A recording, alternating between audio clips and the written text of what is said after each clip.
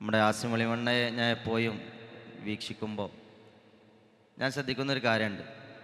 സാധാരണ എല്ലാവരും പറയും പഠിച്ചാലാണ് ഉയരുക, നന്നായിട്ട് പഠിച്ചാലാണ് ഉയരുക എന്ന് എല്ലാവരും പറയും.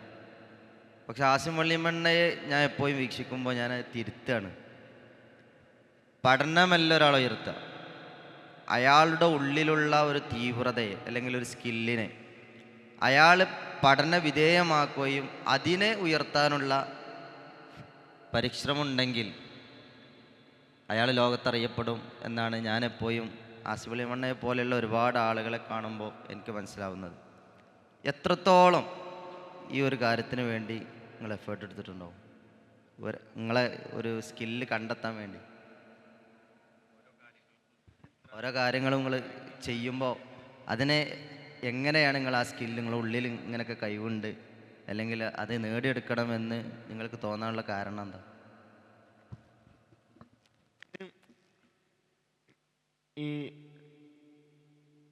ആദ്യമായിട്ട് ഞാൻ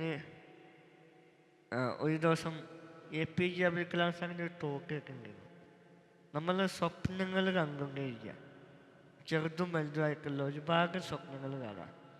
ആ സ്വപ്നങ്ങൾ കണ്ടാൽ മാത്രം പോരാ, നടക്കുന്നുള്ളൊരു ആത്മവിശ്വാസം നമ്മുടെ മനസ്സിലുണ്ടാവണം. അതുണ്ടായാൽ നമുക്ക് നേടിയെടുക്കാൻ പറ്റുള്ളൊരു അതിൻ്റെ ചെറിയ ടോക്കുണ്ട്. അപ്പം അത് ശരിക്കും പറഞ്ഞാൽ എൻ്റെ മനസ്സിലല്ലാണ്ട് എന്നെ സ്ട്രൈക്ക് ചെയ്തു. അങ്ങനെ ഞാൻ ഒരു ചെറിയ സ്വപ്നം കണ്ടത് കയറുന്നല്ല, ദുബായിൽ പോകണം, ബുർജ് ഖലീഫ കയറണം. അതായിരുന്നു ഞാൻ ഒരു സ്വപ്നമായിട്ട് കണ്ടിട്ടുണ്ടായിരുന്നത്. അങ്ങനെ നമ്മൾ സ്വപ്നം കണ്ടത് മാത്രം ആയിരുന്നല്ലോ, നമ്മൾ അതിന് വേണ്ടിയിട്ട് ഇറങ്ങണമല്ലോ. അപ്പം ഞാൻ ഇങ്ങനെ കാണുന്നവരൊക്കെ പറയണ്ടത് എനിക്കിങ്ങനെ ദുബായിൽ പോകണം, ബുർജ് ഖലീഫ കയറാൻ ആഗ്രഹമുണ്ടെന്ന് പറഞ്ഞു.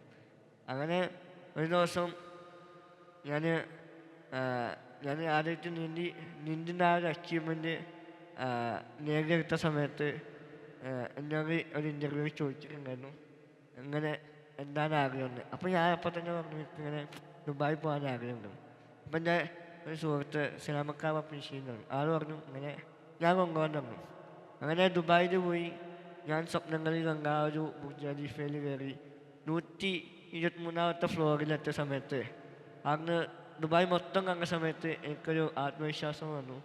നമ്മൾ കാണുന്ന സ്വപ്നം യാഥാർത്ഥ്യമാകുന്ന APJ അബ്ദുൽ കലാം സാർ പറഞ്ഞത് വെറുതെ അല്ല എന്നൊരു വലിയൊരു ആത്മവിശ്വാസം തോന്നി. പിന്നെ ഞാൻ ഒരുപാട് സ്വപ്നങ്ങൾ കാണാൻ തുടങ്ങി.